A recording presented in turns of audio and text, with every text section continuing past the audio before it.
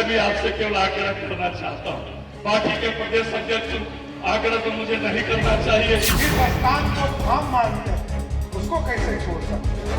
एक आग्रह मैं निवेदन, बलवैया धाम को ऐसा बनाइए, कुछ जमीन भी अधिग्रहण करना पड़े तो करिए, पूरे देश के लोग जो है वहाँ आकर एकदम गारंटी देता हूँ, एक एक जो जरूरतमंद जमीन होंगे उसको लेकर उसको पूर्ण रूप से स्थापित करने का काम हमारी सरकार करेगा। नमस्कार, आप देखना शुरू कर चुके हैं लाइव सिटीज को। मेरा नाम अभिषेक है। बीजेपी के प्रदेश अध्यक्ष ने मंच पर सबके सामने एक बड़ी मांग की, जिसके बाद बिहार के मुख्यमंत्री सम्राट चौधरी ने घोषणा भी की है।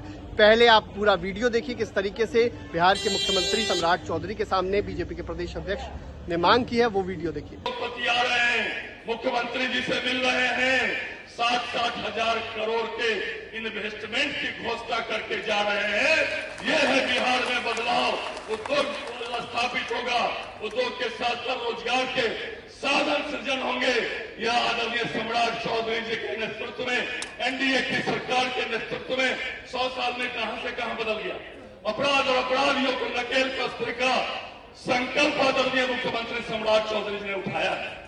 मैं पिछले दिनों परवैया धाम गया था, यहाँ पूर्व मंत्री केदार गुप्ता जी बैठे हैं। जब यह पर्यटन मंत्री थे, 7 करोड़ से ऊपर की राशि उस समय की एनडीए की सरकार ने परवैया धाम में दिया था।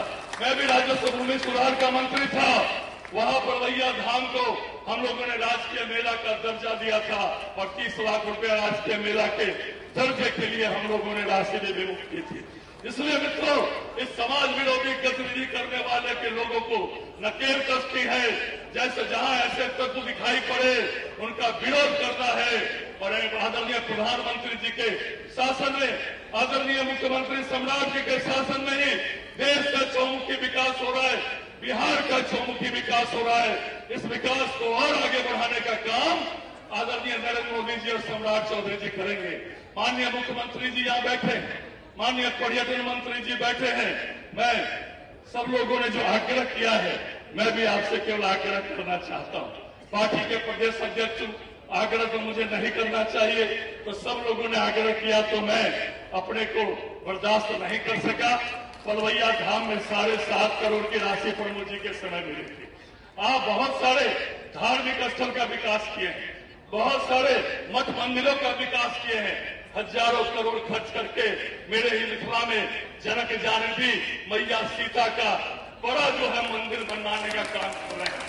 कहा आपने नहीं किया। एक आग्रह मैं निवेदन, बलवैया धाम को ऐसा बनाइए, कुछ जमीन भी अधिग्रहण करना पड़े तो करिए, पूरे देश के लोग जो है वहाँ आकर मत्था टेकते हैं। बस यही आग्रह मैं निवेदन करते हुए अपने सभी भाइयों बहनों को एक बार पुनः नमस्कार प्रणाम करते हुए, अगर हमारा अति पिछड़ा समाज का, वैश्य समाज का, कानू हलवाई समाज का किसी ने विकास किया है तो एनडीए की सरकार है।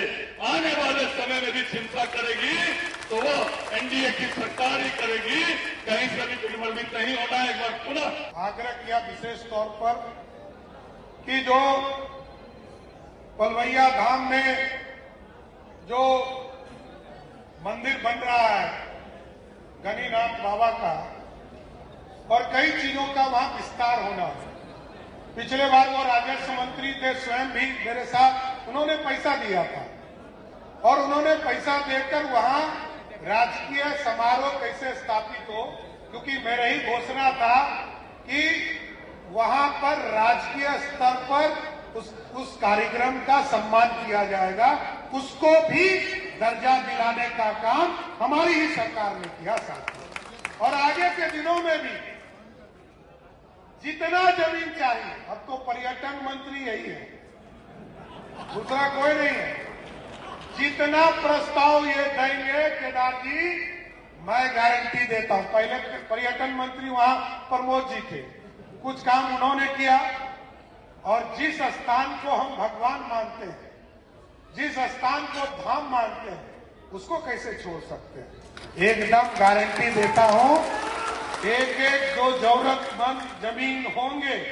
उसको लेकर उसको पूर्ण रूप से स्थापित करने का काम हमारी सरकार करेगा। और अभी साथियों, अभी सोनपुर से लेकर आपने सुना कि क्या कुछ मांग की गई है, फिर बिहार के मुख्यमंत्री सम्राट चौधरी ने जवाब भी दिया है और ऐलान भी किया है। देखना होगा क्या कुछ होता है। फिलहाल बने रहिए लाइव सिटीज के साथ। हमारे यूट्यूब चैनल को सब्सक्राइब करिए। धन्यवाद।